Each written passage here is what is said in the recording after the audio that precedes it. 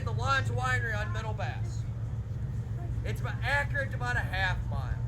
The carronade can hit something maybe a half mile away.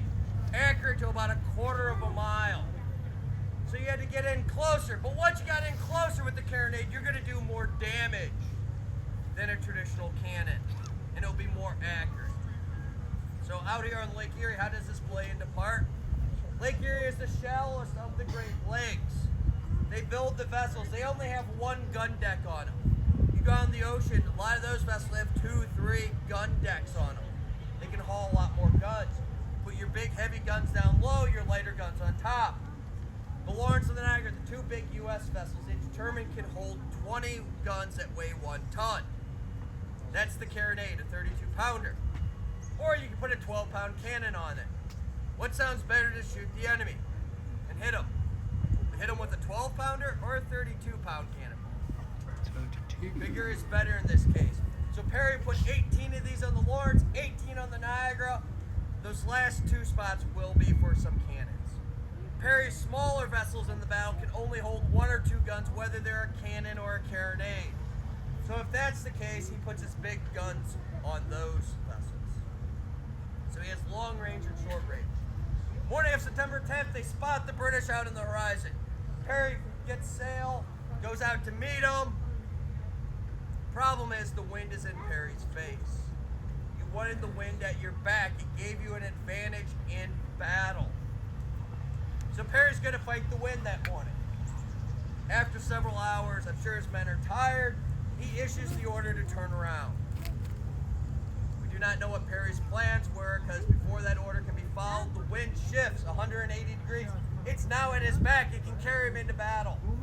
The British will open fire just before noon. It'll be a while before Perry can return fire with his carronades. And for the next 2 hours, the Lawrence will largely be in the battle by itself with some smaller U.S. vessels fighting the British. After those 2 hours, Perry looks around. 80% of his men are killed or wounded. All the guns that can fire at the British have been disabled. At this point, Perry has lost the battle. This is the lowest point for the U.S. in this battle, because then someone spots the Niagara moving forward. It's been out of the battle for 2 hours. Perry jumps into a rowboat, has men row him over to the Niagara, and he's going to add more sail and bring it into battle. This is now the oh shoot moment for the British. Perry just got a brand new boat. All of their vessels have been in the battle. They have pounded the Lawrence, inflicted heavy damage and casualties. But the Lawrence has returned that to them. So the British are going to wear ship. They're going to turn around. They fought Perry with their left side. Now they're going to use their right side. The problem is every single captain, first officer of every British vessel is killed or wounded. Junior officers are now in command of damaged ships. And of those sailors, a large number of them are soldiers. The Royal Navy did not have enough men, asked the Army for help, and they're out here. The 2 largest British vessels collide. Their rigging is tangled. They are now sitting ducks. They have to get their vessels cut apart so they can aim their guns. Perry probably cannot believe his eyes. A hole is opened in the British line.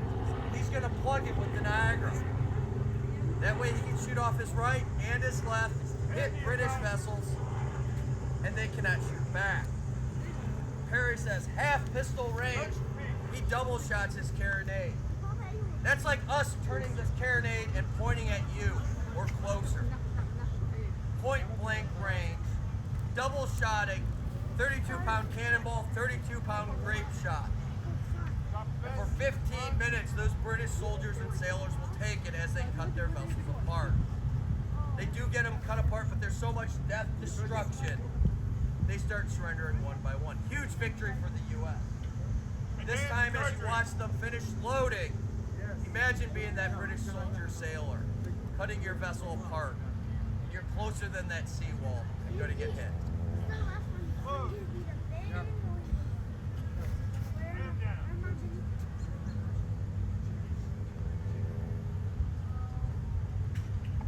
Well, enjoy your country.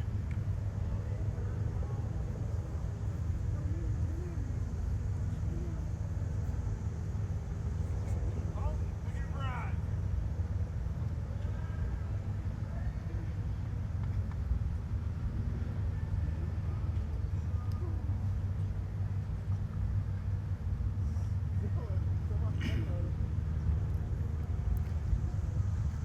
Now it's time to cover your ears. They'll be just as loud as before. Park!